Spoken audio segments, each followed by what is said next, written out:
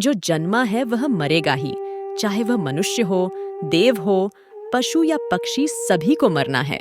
ग्रह और नक्षत्रों की भी आयु निर्धारित है और हमारे इस सूर्य की भी।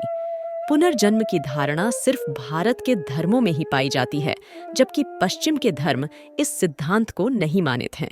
परंतु सवाल यह है कि क्या मृत्यु के बाद पुनर्जन्म मिलता है और पुनर्जन्म आखिर होता क्या है? दोस्तों, हर रोज ऐसी आध्यात्मिक जानकारी सुनने के लिए हमारी वीडियो को लाइक करें और चैनल को सब्सक्राइब करें। उपनिषदों के अनुसार एक क्षण के कई भाग कर दीजिए, उससे भी कम समय में आत्मा एक शरीर छोड़ तुरंत दूसरे शरीर को धारण कर लेता है। यह सबसे कम समयावधि है। सबसे ज्यादा समयावधि है 30 सेकंड।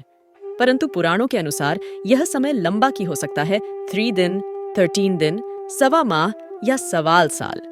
इससे ज्यादा जो आत्मा नया शरीर धारण नहीं कर पाती है, वह मुक्ति हेतु धरती पर ही भटकती है, स्वर्गलोक चली जाती है, पितृलोक चली जाती है या अधोलोक में गिरकर समय गुजारती है।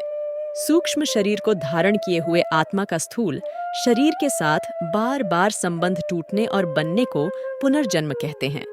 इसका उत्तर जन्म के उत्तर में ही छिपा हुआ है।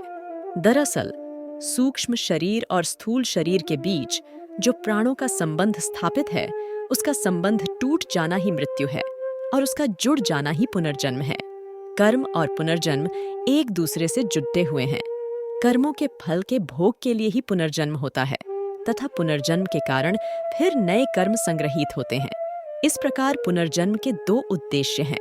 पहला, यह कि मनुष्य अपने जन्मों के कर्मों के फल का भोग करता है, जिससे वह उनसे मुक्त हो जाता है।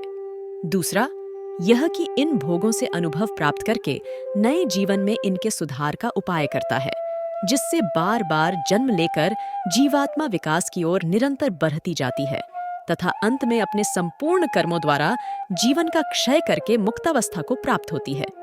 पुनर्जन्म के बाद मिलती है कौन सी योनि, यह सभी सोचते होंगे। जन्म को जाति भी कहा जाता है, जैसे उदाहरणार्थ वनस्पति जाति, पशु जाति, पक्षी जाति और मनुष्य जाति।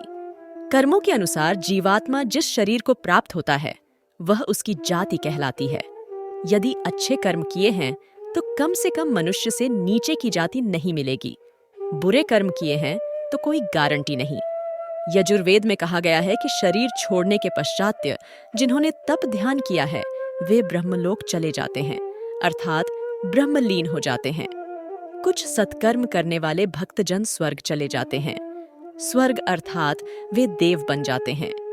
राक्षसी कर्म करने वाले कुछ प्रेत योनि में अनंत काल तक भटकते रहते हैं और कुछ पुण्य धरती पर जन्म ले लेते हैं। जन्म लेने वालों में भी जरूरी नहीं कि वे मनुष्य योनि में ही जन्म लें। गति कई प्रकार की होती है।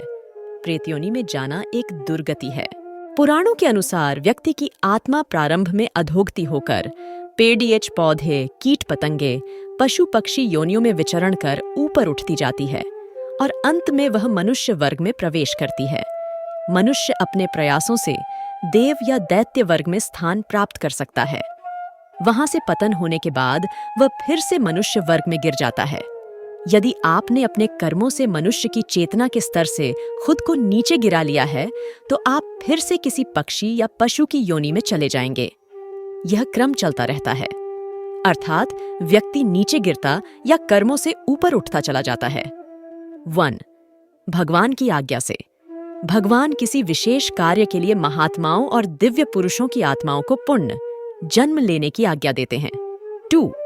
पुण्य समाप्त हो जाने पर संसार में किए गए पुण्य कर्म के प्रभाव से व्यक्ति की आत्मा स्वर्ग में सुख भोगती है और जब तक पुण्य कर्मों का प्रभाव रहता है, वह आत्मा दैवीय सुख प्राप्त करती है। जब पुण्य कर्मों का प्रभाव खत्म हो जाता है तो उसे पुण्य जन्म लेना होता है। 4.